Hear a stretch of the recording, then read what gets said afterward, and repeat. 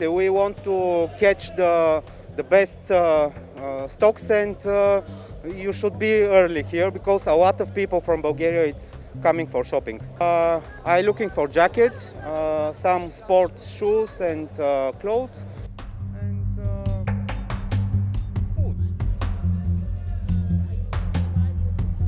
Yeah, definitely, and it's more cheaper than Bulgaria.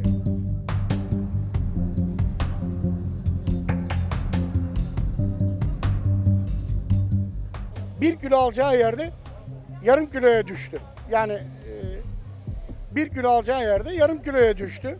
Yarım kilo aldığı yerde 250 grama düştü. Alım gücü düştü.